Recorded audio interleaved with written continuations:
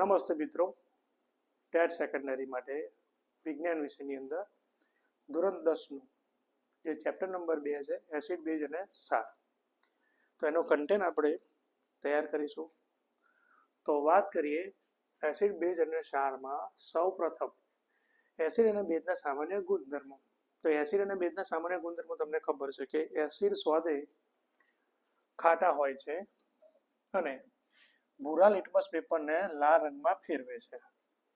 બરાબર, આ તો આપણને સિમ્પલ ખબર જ છે કે એ ભૂલા યાદ રાખવાનો, તો એક ભૂલ યાદ રાખજો, એટલે કે એસિડ ભૂરા લિટમસને લાલ બનાવે છે.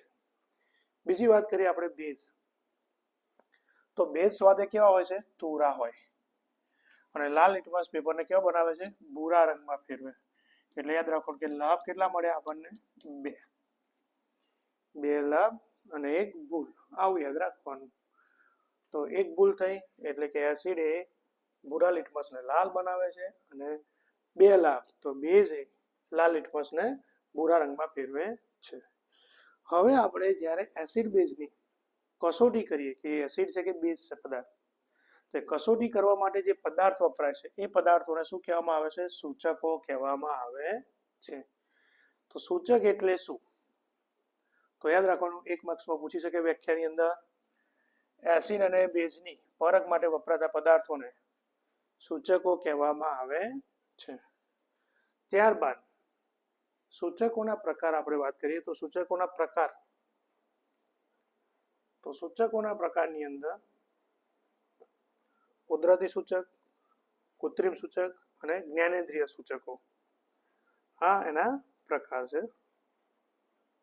તો સૌપ્રથમ જોઈએ આપણે કુદરતી સૂચકો. તો કુદરતી સૂચકોમાં આવે લિટમસ. લિટમસ જે છે એ કેવી રીતે બને એ યાદ રાખવાનું છે. લિટમસ, તો લિટમસ એ લાઇકેનમાંથી મેળવવામાં આવે.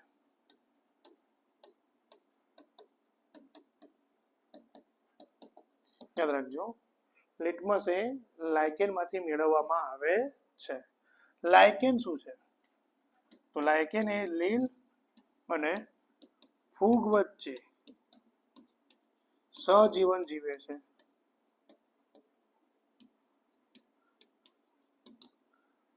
તો લાઇકેનની પ્રક્રિયા કરીને પેલા ભૂરા રંગનું દ્રાવણ બનાવવામાં આવે, જાંબલી રંગનું દ્રાવણ. લાઇકેનની પ્રક્રિયા કરીને શું? જાંબલી રંગનું દ્રાવણ બનાવવામાં આવે, અને એમાંથી લિટમસ પત્ર તૈયાર કરવામાં આવે છે. એટલે લિટમસ યાદ આ રીતે રાખવાનું. ત્યાર પછી હળદર, લાલ કોબીજના પડ, હાઇડ્રોજીનિયા જેવા ફૂલ અને પેન્ટુનિયાની રંગીન પાંખડીઓ. તો આ બધા જે છે એ બધાને શું કહેવામાં આવે છે? કુદરતી સૂચકો. ત્યારબાદ છે કૃત્રિમ સૂચકો. તો કૃત્રિમ સૂચકોની અંદર એક આવશે મિથાઇલ ઓરેન્જ અને ફિનોપ્થેલિન. યાદ રાખવાનું છે, કૃત્રિમ સૂચકોમાં શું આવે? મિથાઇલ ઓરેન્જ અને ફિનોપ્થેલિન. ત્યાર પછી છે જ્ઞાનેન્દ્રિય સૂચકો. તો કેટલાક પદાર્થોની વાસ એસિડ અને બેઝની હાજરીમાં બદલાઈ જાય, સ્મેલ અને શું થઈ જાય? બદલાઈ જાય, તો એને શું કહેવાય? જ્ઞાનેન્દ્રિય સૂચકો. કયા છે? તો યાદ રાખજો, ઇમ્પોર્ટન્ટ છે આ. તો જ્ઞાનેન્દ્રિય સૂચકોના ઉદાહરણ વેનીલા અર્ક, ડુંગળી અને લવિંગનું તેલ. જે એસિડની હાજરીમાં એની સ્મેલ શું થઈ જાય? બદલાઈ જાય છે. તો આ થઈ ગયા આપણા સૂચકો. આગળનો ટોપિક જોઈએ આપણે હવે. તો પહેલું જોવાનું છે એસિડ અને બેઝના રાસાયણિક ગુણધર્મો.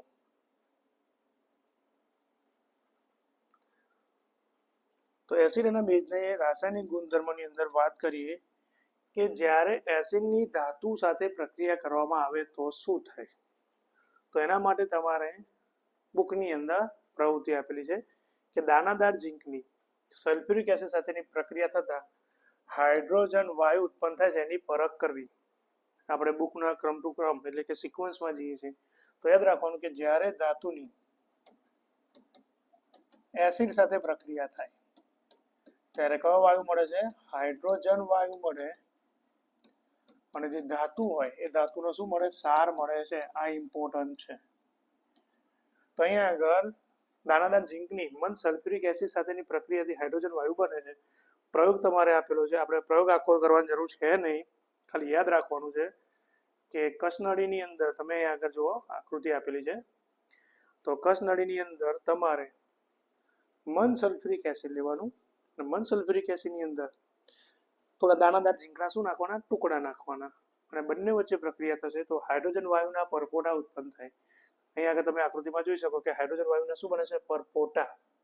એ પરપોટાને વિમોચન નળી દ્વારા સાબુના દ્રાવણમાં લઈ જઈએ તો સાબુના પાણીની અંદર શું થશે, પરપોટા જોવા મળે છે. અને આ પરપોટાની અંદર કયો વાયુ છે, હાઇડ્રોજન વાયુ. અને આ હાઇડ્રોજન વાયુને જ્યારે સળગતી મીણબત્તી સાથે લઈ જવામાં આવે, એટલે કે જે પરપોટા થતા હોય એની નજીક તમે શું લઈ જાઓ છો, સળગતી મીણબત્તી, ત્યારે એ મીણબત્તી ધડાકા સાથે સળગે છે. યાદ રાખજો, એ ધડાકા સાથે સળગે છે. બરાબર, તો આ એક પ્રયોગ છે. તો અહીં આગળ જ્યારે સલ્ફ્યુરિક એસિડની ઝીંક સાથેની પ્રક્રિયા થાય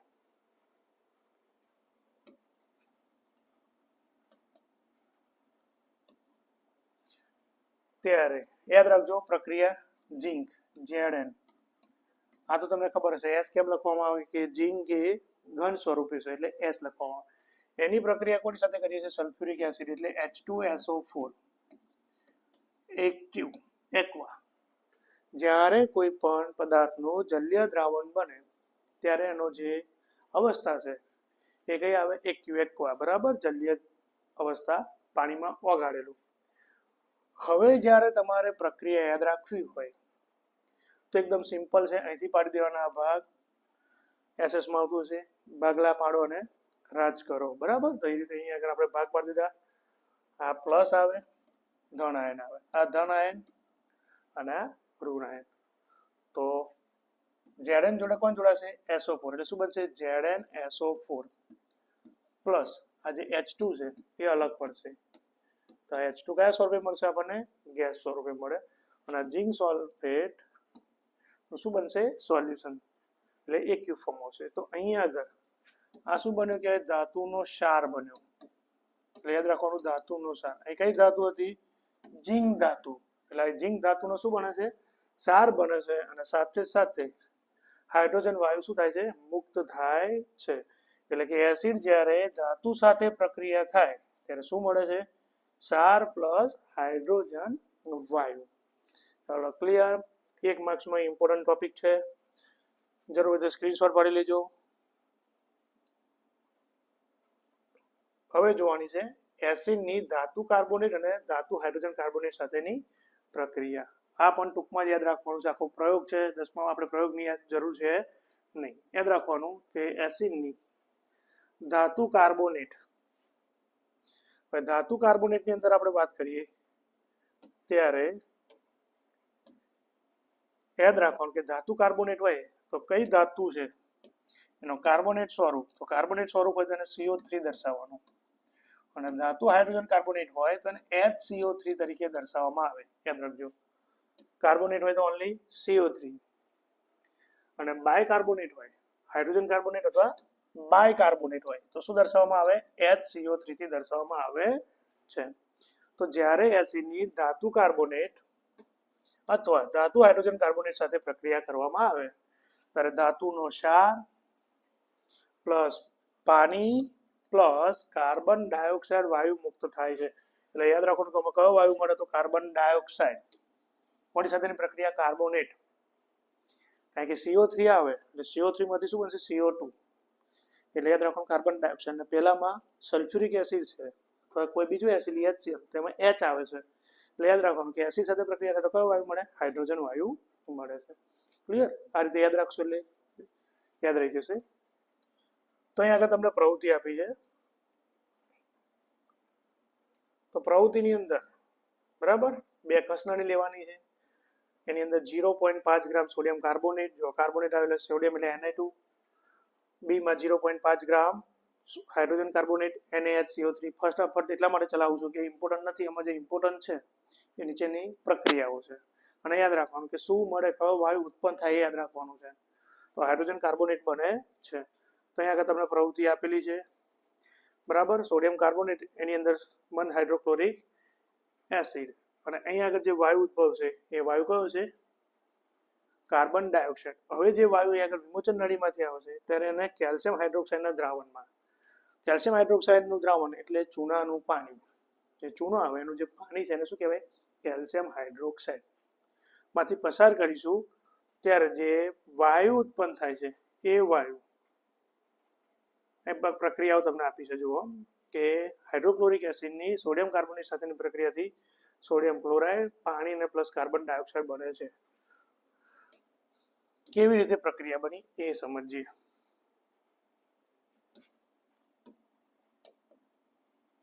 તો પહેલું તો HCl હાઇડ્રોક્લોરિક એસિડ, Na2CO3, નટુ કોથળી ના બોલતા, તો આપણે તો શિક્ષક બનવાના ભવિષ્યના, બાળકો બોલે તો ચાલે, બરાબર? એટલે Na2CO3 સોડિયમ કાર્બોનેટ.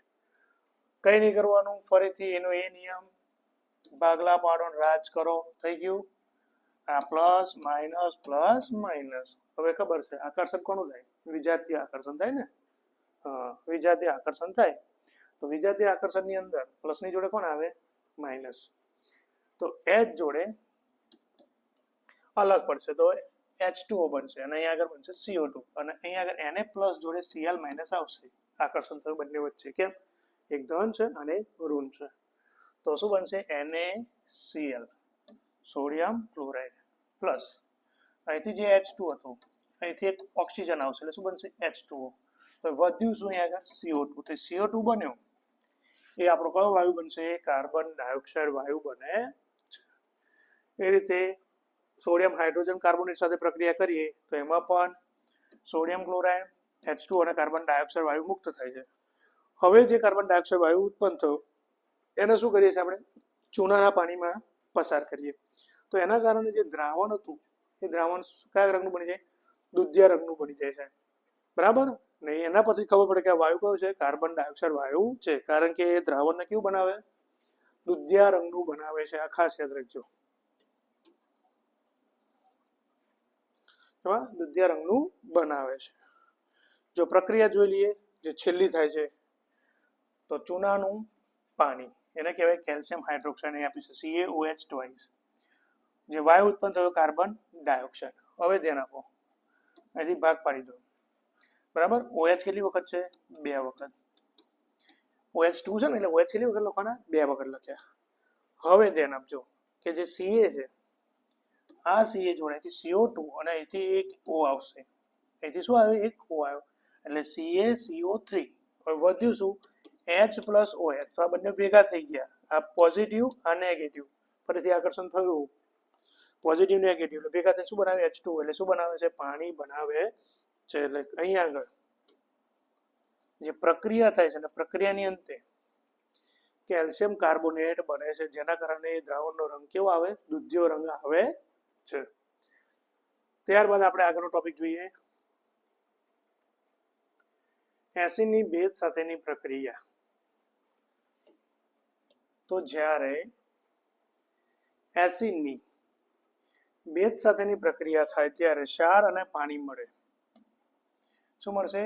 એસિડની ભેજ સાથેની પ્રક્રિયા થઈ અને ક્ષાર અને પાણી બને છે. ઉદાહરણ લઈ લઈએ. એસિડ લઈએ HCl. HCl એટલે હાઇડ્રોક્લોરિક એસિડ. બેઝ લઈએ NaOH સોડિયમ હાઇડ્રોક્સાઇડ. બંને વચ્ચે પ્રક્રિયા કરીએ. ફરીથી ભાગ પાડી દો. Na પ્લસ છે, Cl માઇનસ છે. આકર્ષણ થયું, શું બન્યું? NaCl. અહીંથી શું વધ્યું? OH માઇનસ, H પ્લસ, ફરીથી આકર્ષણ તો H પ્લસ OH ભેગા થઈને શું બનાવશે? H2O. એટલે આ બની ગયો ક્ષાર. આનું નામ થશે સોડિયમ ક્લોરાઇડ. અને જોડે શું મળ્યું? પાણી મળે છે. ચલો ક્લિયર? આપણે ભણવા આવ્યા છે, બરાબર ને? એટલે સિરિયસલી આપણે ભણવું જ છે. બીજી એક્સ્ટ્રા વાતો નહીં કરી, કે એક્સ્ટ્રા વાતો કરીશું આપણે તો એક્સ્ટ્રા વાતોની અંદર તમારો ટાઈમ વેસ્ટ થશે, જે આપણે કરવો નથી, કારણ કે આપણી નજીક પરીક્ષા આવી રહી છે એટલા માટે. તો બીજા ઉદાહરણ પણ આપેલા છે તમને. HCl ની NaOH સાથેની પ્રક્રિયા, NaCl પ્લસ H2O HNO3. કયો એસિડ કહેવાય? અને નાઇટ્રિક એસિડ એની KOH કે એટલે પોટેશિયમ હાઇડ્રોક્સાઇડ સાથેની પ્રક્રિયા થાય. ફરીથી ભાગલા પાડો રાજ કરો. K પ્લસ NO3 માઇનસ એટલે શું બનશે KNO3 અહીંથી H plus OH minus H2O એટલે યાદ રાખવાનું કે શું બને છે ક્ષાર પ્લસ પાણી આ 1 માર્ક્સમાં આવી શકે એસિડ પ્લસ બેઝ પ્રક્રિયા થઈને શું બને ક્ષાર પ્લસ પાણી ચલો ક્લિયર આગળ વધીએ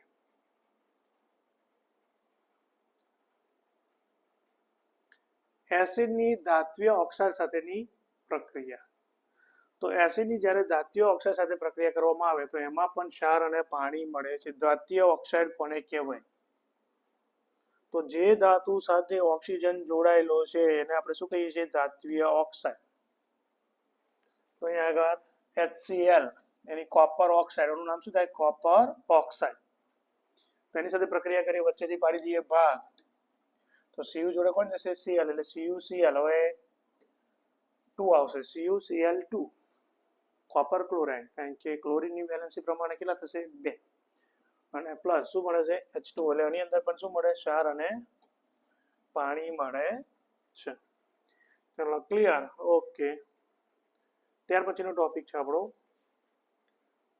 આલ્કોહોલ અને ગ્લુકોઝ જેવા સંયોજનો હાઇડ્રોજન ધરાવે છે પરંતુ તે એસિડની માફક વર્ગીકૃત થતા નથી એનો પ્રયોગ છે તો તમારે શું કરવાનું છે એક બીકર લેવાનું છે એની અંદર જે બૂચ છે બૂચ રબરનો બૂચ એના પર 2 લગાવવાની ખીલી અને એને બેટરી સાથે 6 વોલ્ટની બેટરી સાથે જોડીને બલ્બ સાથે શું કરી દેવાના કનેક્ટ કરી દેવાના છે ત્યારબાદ આલ્કોહોલ ગ્લુકોઝ હાઇડ્રોક્લોરિક એસિડ અને સલ્ફ્યુરિક એસિડ જેવા દ્રાવણ વારાફરતી મૂકવાના છે અને પ્રયોગ કરવાનો છે વારાફરતી દ્રાવણ મૂકો પહેલા આલ્કોહોલ રેડવાનું પ્રયોગ જોવાનું કે બલ્બ પ્રકાશિત થયો કે ના થયો પછી ગ્લુકોઝ નાખો પછી એસિડ નાખો બરાબર ગ્લુકોઝ અને આલ્કોહોલમાં કયો છે ઇથેનોલ હાઇડ્રોક્લોરિક એસિડ અને સલ્ફ્યુરિક એસિડના સોલ્યુશન બરાબર આજનો પ્રયોગ છે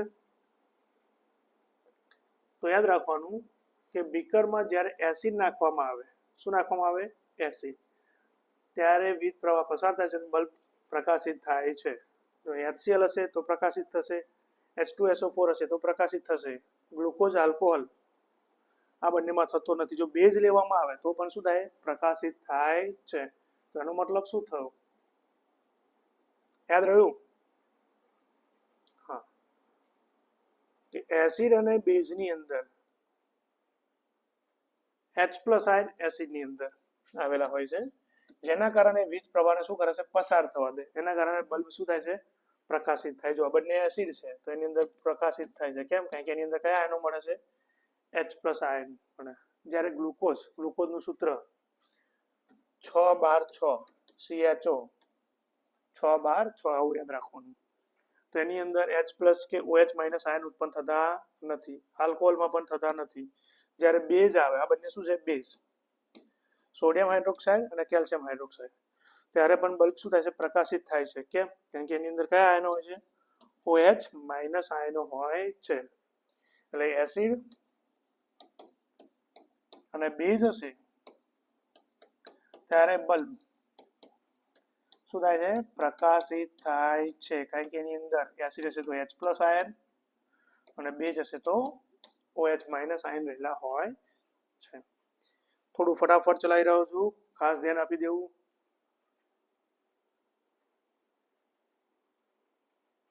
ઓકે ચલો આગળ વધીએ હા સાંદ્ર એસિડને મંદ કરતી વખતે શા માટે તેને પાણીમાં ઉમેરવા પડે હવે સાંદ્ર એસિડ હોય તો એને પાણીમાં ઉમેરવામાં આવે બરાબર જો પાણી છે એની અંદર તમે એસિડ ઉમેરો છો તો એના કારણે ઉષ્મા ઉત્પન્ન થાય અને એ ઉષ્મા ઉત્પન્ન થાય એટલે કઈ પ્રક્રિયા કહેવાય એને ઉષ્માક્ષેપક પ્રક્રિયા કહેવાય અને એટલી બધી ઉષ્મા ઉત્પન્ન થાય છે કે મિશ્રણ જે છે એ બહાર ઉછળે અને આપણે દાજી શકાય એટલે અતિશય ઉષ્મા ઉત્પન્ન થાય તો અમુક વાર જે કાચના પાત્રમાં હોય કાચનું પાત્ર પણ શું થાય તૂટી જાય એટલે આપણે શું કરવાનું કે પાણીમાં એસિડને ધીમે ધીમે નાખવાનું એસિડને પાણીની અંદર ટીપો ટીપો ટીપો ટીપો ટીપો ટીપ ટીપ ટીપ એમ નાખવું પડે અને ધીમે ધીમે જે આપણું કાચનું પાત્ર છે એને શું કરતું રહેવાનું હલાવતા રહેવાનું ટીપું નાખ્યું હલાવો ટીપું નાખ્યું હલાવો તો એમ કરીને તમે એને શું કરી શકો છો મંદ કરી શકો છો પરંતુ જો તમે ડાયરેક્ટ એસિડની અંદર પાણી નાખશો તો એવું છડશે ના આપણે દાજી જઈએ એટલે યાદ રાખવાનું કે એસિડમાં આપણે પાણી નહીં નાખવું પણ પાણીમાં તમે એસિડ ધીમે ધીમે ધીમે શું કરી શકો, નાખી શકો છો. તો એની અંદર જે પાણી ઉમેરીને આપણે એની સાંદ્રતા ઓછી કરીએ છીએ એસિડની. એસિડની અંદર કયો આયન હોય? H+ ion. બેઝની અંદર કયો છે? OH-. તો એસિડ અથવા બેઝને પાણી સાથે મિક્સ કરતા એમના જે આયનો રહેલા છે, જે આયનોની શું રહેલી હોય? સાંદ્રતા એ ઓછી થાય અને એ પ્રક્રિયાને શું કહેવામાં આવે છે? મંદન પ્રક્રિયા કહેવામાં આવે છે. એટલે યાદ રાખવાનું કે એસિડ અથવા બેઝને પાણી સાથે મિક્સ કરતા એકમ કદ દીઠ એટલે લીટર, મિલીલીટર, તો એકમ કદ દીઠ જે આયનોની સાંદ્રતામાં શું કરવામાં આવે? ઘટાડો કરવામાં આવે. તો એને કઈ પ્રક્રિયા કહેવાય? મંદન પ્રક્રિયા કહેવામાં આવે છે.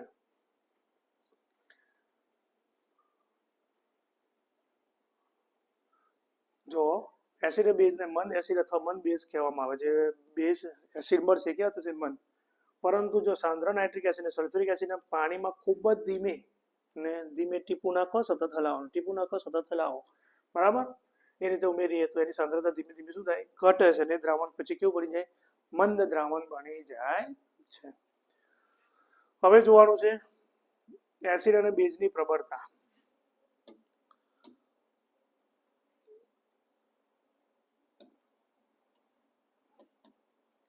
તો એસિડ અને બેઝની પ્રબળતાની અંદર વાત કરીએ તો જે એસિડની અંદર H+ આયનો વધુ માત્રામાં ઉત્પન્ન થતા હોય અથવા વધુ માત્રામાં આપે, કયા આયનો? H+ આયનો, તો તેને શું કહેવામાં આવે? પ્રબળ એસિડ કહેવામાં આવે છે. અને એના ઉદાહરણ છે hydrochloric acid, HCl, sulphuric acid, H2SO4 અને નાઇટ્રિક એસિડ. તો કયો આવશે? HNO3. ચલો ક્લિયર? નિર્બળ એસિડ તો ઊંધું. H+ આયનની સાંદ્રતા કેવી છે? ઓછી છે. એટલે કે આયનો કેવા આપશે? ઓછા. એને કહેવાય નિર્બળ acid. Acetic acid, lactic acid, citric acid ને ટાર્ટ્રિક એસિડ, આ એના શું છે? ઉદાહરણ છે. એ રીતે પ્રબળ બેઝ, તો બેઝ માટે કયો આયન આવે? OH. એટલે વધુ માત્રામાં OH આયન આપે તેને શું કહેવાય? પ્રબળ બેઝ. એના ઉદાહરણ સોડિયમ હાઇડ્રોક્સાઇડ, પોટેશિયમ હાઇડ્રોક્સાઇડ વગેરે.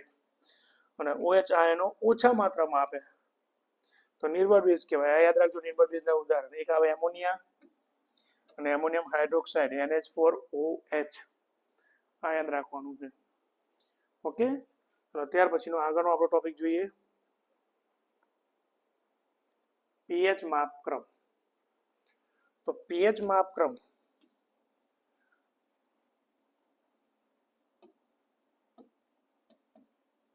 ક્યારે બનાવવામાં આવ્યો હતો અને શા માટે બનાવવામાં આવ્યો? તો pH માપક્રમ યાદ રાખવાનું છે 1909 સોરેન્સે બનાવ્યો હતો. કેમ?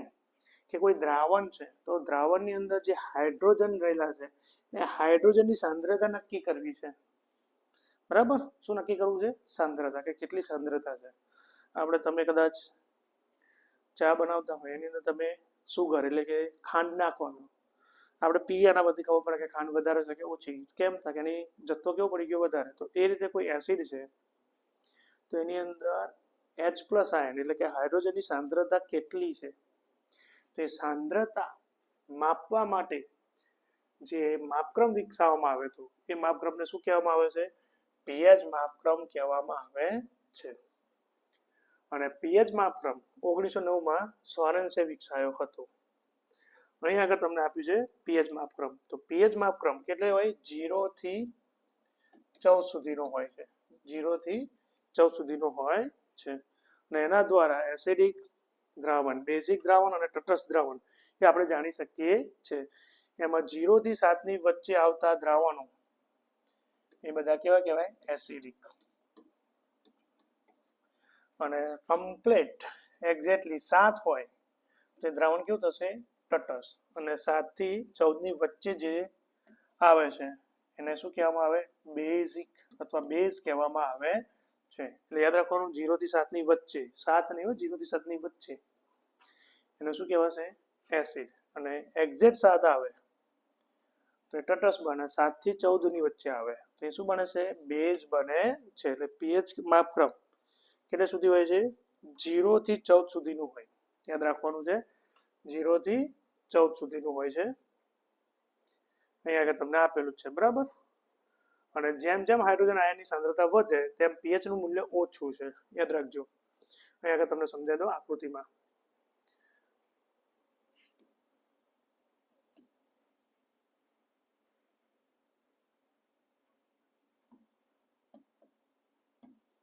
અહીંયા આગળ તમે જુઓ કે 7 થી તમે આ સાઈડ જાવ છો એટલે શું થાય છે, અહીંયા આગળ H+ આયનની સાંદ્રતામાં વધારો થાય. આ સાઈડ જશો એટલે H+ આયનની સાંદ્રતામાં શું થાય છે, વધારો. તો આ સાઈડ જશો એટલે તમારી એસિડિકતા શું થાય, વધે છે. એટલે યાદ રાખવાનું કે પ્રશ્ન પૂછાય કે કોઈ દ્રાવણ છે એની pH છે 6.8 અને બીજું દ્રાવણ છે એની pH છે 1.2, તો આ બંનેમાંથી પ્રબળ એસિડ કયો? તો યાદ રાખવાનું જેની pH ઓછી એ કેવો કહેવાય, પ્રબળ, અને જેની pH વધારે એ શું કહેવાશે, નિર્બળ. યાદ રાખવાનું પ્રબળ અને નિર્બળ, બરાબર. અને કમ્પ્લીટ 7 આવે એટલે તટસ્થ. હવે જેમ આગળ જશો એમ બેઝિકતા વધશે. આ નીચે જે છે દર્શાવ્યું છે શું વધે, બેઝિકતા વધે. અને એસિડિકતા શું થાય, ઓછી થાય. ધારો કે હવે જેમ 14 તરફ જઈએ બેઝિકતા શું થાય, વધે. કોઈની pH છે 7.2 અને કોઈની pH છે 13.9, તો આ બેમાંથી બેઝ કયો વધારે પ્રબળ કહેવાય, તો 13.9. એટલે એની અંદર આ સાઈડ યાદ રાખવાનું, પેલામાં pH ઘટે અને આ સાઈડ pH શું થાય છે, વધે. શા માટે, બેઝ માટે. આ યાદ રાખવાનું છે. અને pH આ H+ આયન માટે, OH માટે ઘણું હોય તો આપણે એને POH પણ કહી શકીએ. અને pH પ્લસ POH બેનું ટોટલ કેટલું થવું જોઈએ, 14, બરાબર. pH પ્લસ POH બરાબર 14. હવે pH માપનનું જે સૂત્ર આવી શકે તો યાદ રાખવાનું છે -log10. આ યાદ રાખજો, H3O+ ની સાંદ્રતા એટલે H3O+.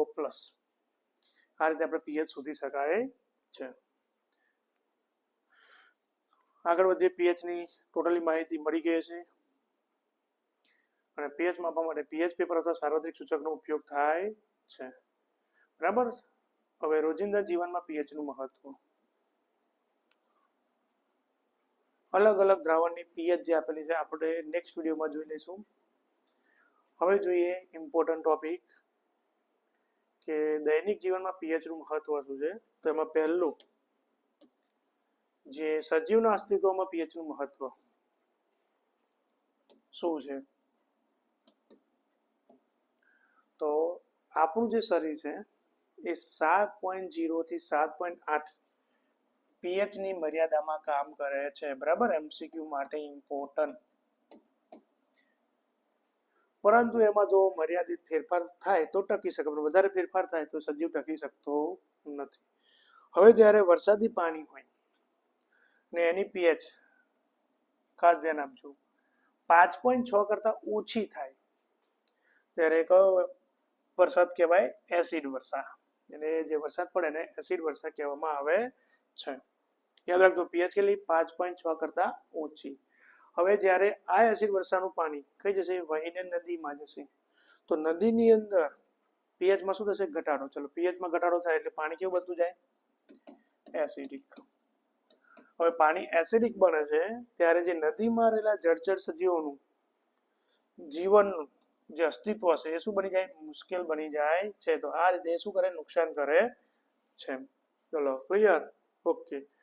ત્યારબાદ આગળનો ટોપિક જોઈએ, મધમાખીના ડંખની અસરના ઉપચારમાં pH નું મહત્વ. તો મધમાખીનો ડંખ ફોર્મિક એસિડ ઉત્પન્ન કરે છે અને જેના કારણે દર્દ અને શું થાય, બળતરા થાય. તો જે આગળ ડંખ માર્યો હોય ત્યાં હળવો બેઝ શું લગાવી દેવાનું, બેકિંગ સોડાનો ઉપયોગ કરીએ એટલે શું આપે, રાહત આપે. આ યાદ રાખવાનું છે, ફોર્મિક એસિડ. ત્યાર પછી છે જમીનમાં pH નું મહત્વ. તો જે જમીનની pH 6.5 થી યાદ રાખજો 7.3 ની વચ્ચે હોય તે જમીનની છોડની વૃદ્ધિ અને વિકાસ શું થાય, સારો થાય. પરંતુ 6.5 કરતા ઓછી pH આવે એટલે એસિડિક બની જાય છે જમીન. અને એની અંદર એને તટસ્થ કરવા ખેડૂતો શું ઉમેરે છે, લાઇમ, CaO અથવા બીજું નામ થાય કેલ્શિયમ ઓક્સાઇડ. શું ઉમેરવામાં આવે? કેલ્શિયમ ઓક્સાઇડ ઉમેરવામાં આવે છે. આ યાદ રાખવાનું છે.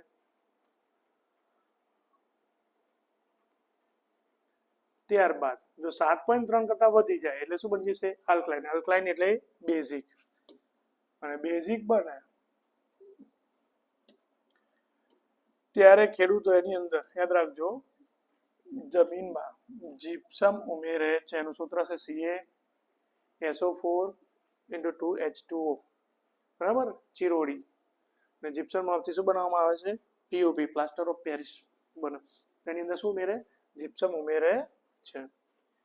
હવેનો ટોપિક છે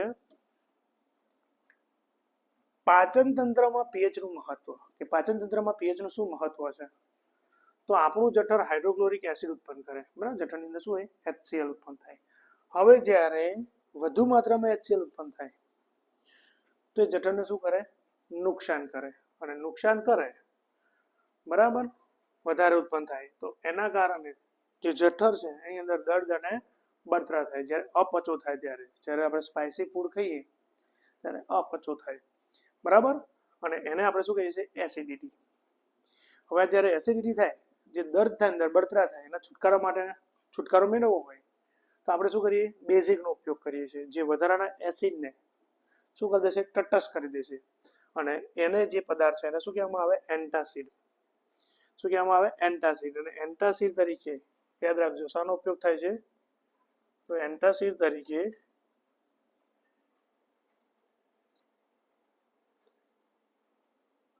સોડિયમ હાઇડ્રોજન કાર્બોનેટ એટલે કે ખાવાનો સોડા અને મેગ્નેશિયમ હાઇડ્રોક્સાઇડ, આ યાદ રાખજો, milk of magnesia, MgOH twice, short ક્વેશ્ચનમાં આવી શકે. અહીંયા આગળ NaHCO3 એન્ટાસિડ પદાર્થો કયા કયા છે? સોડિયમ હાઇડ્રોજન કાર્બોનેટ અથવા ખાવાનો સોડા અથવા milk of magnesia, magnesium hydroxide. ત્યાર પછી દાંતનું શાયન રોકવામાં pH નું મહત્વ. તો જ્યારે મોંની અંદર જે pH 5.5 કરતા ઘટી જાય ત્યારે દાંતનો શું થાય? સડો થાય. જે દાંતનું ઉપરનું આવરણ શાનું બનેલું છે? Calcium phosphate. આ યાદ રાખજો, એનું સૂત્ર પણ પૂછી શકે કેલ્શિયમ ફોસ્ફેટનું. તો કેલ્શિયમ ફોસ્ફેટનું સૂત્ર છે Ca3PO4 ટ્વાઇસ. જે સખત છે, જે પાણીમાં દ્રાવ્ય થતું નથી. પરંતુ જો pH 5.5 કરતા ઘટી જાય ત્યારે એસિડિક થઈ જાય અને એના કારણે દાંત શું થઈ જાય? શયન પામે છે. તો જે ખોરાકના કણો હોય જમ્યા બાદ, તો એ ખોરાકના કણોની અંદર જે બેક્ટેરિયા થાય, એ બેક્ટેરિયા દ્વારા એ ખોરાકના કણોનું દાંતની અંદર શું થશે? ખોરાકના કણ ચોટી જશે. એ ખોરાકના કણોનું બેક્ટેરિયા દ્વારા વિઘટન થાય અને એમાંથી એસિડ ઉત્પન્ન થાય છે, બરાબર. તો એના માટે શું કરવું જોઈએ? આપણે બ્રશ કરવું જોઈએ. અને બ્રશ કરવા માટે જે ટૂથપેસ્ટ વપરાય છે એ ટૂથપેસ્ટ કેવી હોય છે? બેઝિક હોય છે, જે વધારાના એસિડને શું કરી દે? તટસ્થ કરી દે છે. આ યાદ રાખવાનું છે. હવે આ પ્રશ્ન પૂછી શકે કે એક દૂધવાળો તાજા દૂધમાં ખૂબ જ અલ્પ માત્રામાં બેકિંગ સોડા ઉમેરે છે. કેમ બેકિંગ સોડા ઉમેરશે? તો તે તાજા દૂધની pH 6 થી થોડી શું થઈ જાય? બેઝિક તરફ જાય. અને બેઝિક થાય, જો 6 pH વાળું હોય તો શું કહેવાય? 6 pH હોય તો એસિડ કહેવાય. તો એસિડ હશે તો દૂધ તરફ શું થઈ જાય? ખાટું થઈ જાય. એટલે અટકાવવા માટે એની અંદર થોડો શું ઉમેરવામાં આવે? બેઝ ઉમેરવામાં આવે છે. અને બેઝ થઈ ગયો એટલે pH થોડી શું થઈ ગઈ? વધી ગઈ. એટલે જે લેક્ટિક એસિડનું તટસ્થીકરણ થવામાં થોડો સમય લાગશે. એટલે દૂધમાંથી દહીં બનવા માટે થોડો શું લાગે છે? સમય લાગે છે, બરાબર. ચાલો, ક્લિયર. ત્યાર પછીનો ટોપિક છે આપણો ખનિજ સાર. તો દરિયામાં ઓગળેલા દ્રાવ્ય સારોને ઘન સારમાં નિક્ષેપિત કરતા મોટા સ્ફટિકોની અંદર શું રહેલી? અશુદ્ધિના કારણે કયા રંગના બની જાય? કથ્થઈ રંગના બને. અને જે કથ્થઈ રંગના બને એને શું કહેવાય? ખનિજ સાર. એમાં આપણે એક ઉદાહરણ રાખવાનું છે સોડિયમ ક્લોરાઇડ. તો સોડિયમ ક્લોરાઇડ એ શું છે? ખનિજ સાર છે. ત્યાર પછીનો જે આપણો સાર પરિવારનો ટોપિક, અને ત્યાર પછી સારના બધા જે ઉદાહરણ છે એ આપણે નેક્સ્ટ વિડીયોમાં